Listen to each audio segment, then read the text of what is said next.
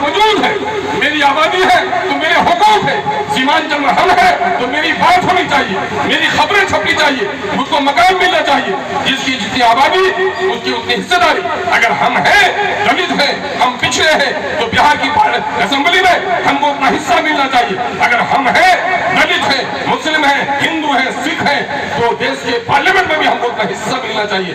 हम हैं, हम टैक्स देते हैं तो नौकरियों में भी हमको हिस्सा मिलना चाहिए। हम गुलाम हैं, हम जाकर दूसरी जगह पर फुटियां उठाएंगे, गिरटियां उठाएंगे, पत्थर तोड़ेंगे और हमारी बस्ती की सड़कें नहीं बनेंगी।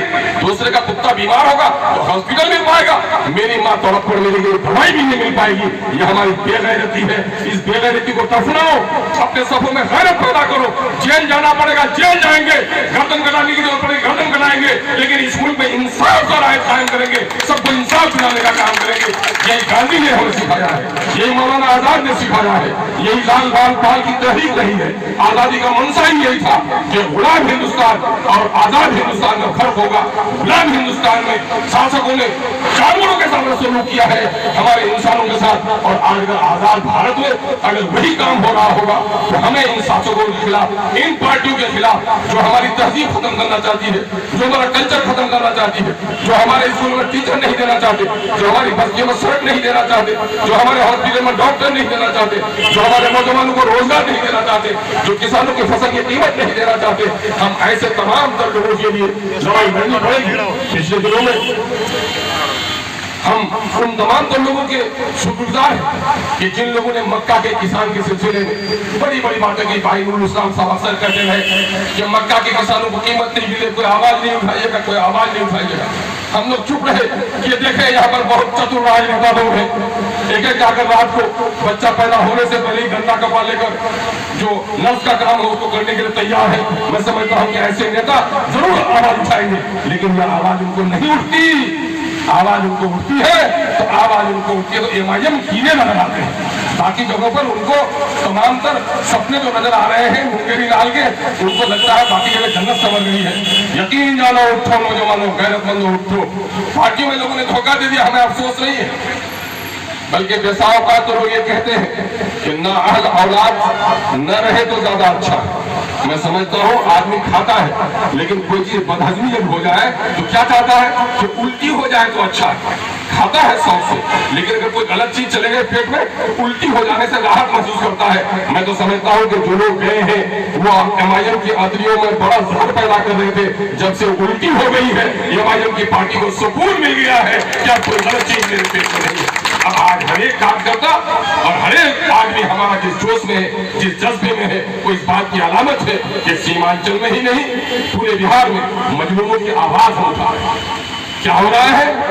मुख्यमंत्री की बस्ती में बिहार शरीफ जल गया, कुरान के नुस्खे जल गए, 4500 से ज्यादा मजहबी किताबें जल गई, मस्जिद के दरवाजे का मीनारा तोड़ा गया, हमारे लोगों पर डंडे चले। आज इन गुंडों की औलादों की जबान नहीं खुल पाई। आज जब जबान खुलती है तो एमआईएम के खिलाफ खुलती है। तो हाँ, मुझे शुक्र पैदा हुआ, यकीन है कि चोर को जब हाथ रोशनी आती है तो डर लगता है, अंधेरा उनको बहुत अच्छा लगता है। एमआईएम एक रोशनी की तरह आई है। यकीन है कि जो इस सिफत के लोग हैं उनको बड़ी परेशानी हो गई है, लेकिन मैं कहता हूँ कि तुमको परेशान होने की जरूरत नहीं है। एमआईएम के नौजवानों, ये जानो कि हम और आप जिस तरह सारे इंसानों को एक माँ बाप की संतान समझते हैं, उस तरह से हम संसार में बसने वाले बहुत सारे लोगों का विश्वास ये है कि इस संसार का एक ईश्वर है। देखो, फिरौन ने पहला लगा दिया था कि खबरदार, उसको कह दिया पेशीन गोई करने वाले तांत्रिकों ने कि इस साल जो बच्चा पैदा होगा बेटा, वो अगर जिंदा रहा तो तुम्हारे तख्त सल्तनत को बड़ा नुकसान पहुंचेगा। उसने पहरा बैठा दिया कि देखो इस साल बेटी पैदा हो जाए तो जिंदा छोड़ दो, लेकिन बेटा पैदा हो जाए तो किसी के घर में जिंदा मत रहने दो। ये फरमान फिरौन का आम था, लेकिन फिरौन मूसा की पैदाइश को नहीं रोक सका, बल्कि मूसा फिरौन के घर में पैदा होकर ही फिरौन के खिलाफ लड़ाई का आगाज किया। अगर एमआईएम के हक में ऊपर वाले ने फैसला कर दिया है ये जमीन वाले लटक जाएंगे, किसी के फैसले को नहीं रोक सकते। वोट किसी के बाप की, किसी के पार्टी की, किसी गठबंधन की जागीर नहीं है। वोट तो जनता की अमानत है और जनता की आंखें खुली है। मैं आज सलाम करना चाहता हूँ प्रदेश में रहने वाले उन नौजवानों का, कुर्बानी देने वाले उन नौजवानों का, जो चाहे दिल्ली में हो, पंजाब में हो, रिक्शा चलाता हो, ठेला चलाता हो, पत्थर तोड़ता हो, चाहे कुवैत में हो, चाहे दुबई में हो, चाहे कतर में हो, सऊदीया में हो, चाहे अमेरिका में हो, आज वहां से एक ही बैठकर देखता है। उनकी आंखें खुली हुई हैं, उनके पास चौपाल में गप करने का फुर्सत नहीं है। वो जब अपने काम से आता है तो मोबाइल देखता है, अखबार की खबरें पढ़ता है। जब वो देखता है कि सारे लोग तो सत्ता के लिए लड़ रहे हैं, एक ही शख्स है देश में जो जनता के लिए लड़ रहा है, उसका नाम बैरिस्टर असदुद्दीन अवैसी है। नतीजा है कि वो खुदाई कौन, इन फरिश्तों की जमात आज एमआईएम के साथ है, दूसरों के साथ इब्लीस की जमात है, और हमारे साथ तो इन साले मुसाफिर परदेसी फरिश्तों की जमात है। और परदेसियों की दुआ को अल्लाह कभी ना कबूल नहीं करता। इसलिए आप खुश हो जाइए और नए उमंग, नए हौसले के साथ करिए।